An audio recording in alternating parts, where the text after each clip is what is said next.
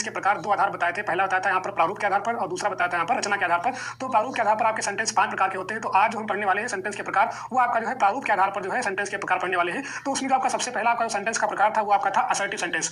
अगर हम बात करें असर्टिव सेंटेंस की हिंदी की बात करें तो इसकी हिंदी क्या होती है, इसको बोलते हैं विधि सूचक वाक्य बोलते हैं। क्या बोलते हैं इसको हम? विधि सूचक वाक्य बोल देते हैं। और इस सेंटेंस के माध्यम से होता क्या है, यहाँ पर केवल क्या होता है, कोई सूचना या घटना हम देते हैं। क्या देते हैं? किसी प्रकार की कोई सूचना या किसी प्रकार कोई घटना की हम जानकारी देते हैं। तो यहाँ पर सीधे हम किसकी बात लेते हैं? घटना या सूचना की जानकारी। घटना या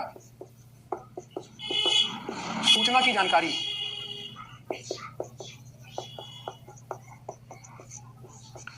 तो असर्टिव सेंटेंस वह सेंटेंस होते हैं जिनके माध्यम से क्या होता है, हमें किसी घटना या किसी सूचना की जानकारी मिलती है सीधे, उसे हम क्या बोलते हैं?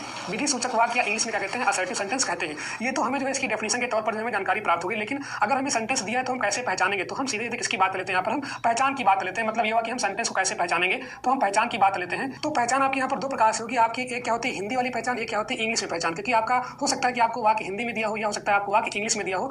तो जो हिंदी में आपका होता है वो जो आपकी कक्षा निम्न स्तर की होती है, जहाँ पर आपका अनुवाद आता है, वहाँ की हम बात लेते हैं। लेकिन जो अपर क्लास होती है, मतलब जो भी आपके कॉम्पिटिशन टाइप एग्जाम होते हैं, वहाँ पर आपकी हिंदी तो आती नहीं है। तो वहाँ पर हमें जो है केवल इंग्लिश की पहचान ही पढ़ना पड़ता है। लेकिन यहाँ पर हम दोनों की चर्चा करें, क्योंकि आप इंग्लिश जो है बिल्कुल बेसिक से सीख रहे हैं। तो हिंदी की पहचान क्या होती है? प्रारंभ में क्या होता है? कर्ता होता है। प्रारंभ में कर्ता, और अंत में क्या होता है? यहाँ पर पूर्ण विराम। अंत में क्या होता है? यहाँ पर पूर्ण विराम। अंत में क्या होता है? यहाँ पर पूर्ण विराम। इसको हम क्या बोलते हैं? पूर्ण विराम बोल देते हैं। और अगर हम इंग्लिश की पहचान कर लें यहाँ पर, ये आपकी हिंदी की पहचान हो गई हिंदी में। और हम किसकी बात करते हैं? इंग्लिश की पहचान बात कर लेते हैं। इंग्लिश में पहचान क्या होती है? इंग्लिश में क्या होता है? वही बात क्या होता है कि जो आपकी प्रारंभिक जो आपकी स्थिति, उसमें क्या होता है? आपका सब्जेक्ट होता है। मतलब पहले क्या यहाँ पर आपका आएगा? प्रारंभ में क्या आएगा? आपका कर्ता। प्रारंभ में क्या होगा यहाँ पर? आपका कर्ता।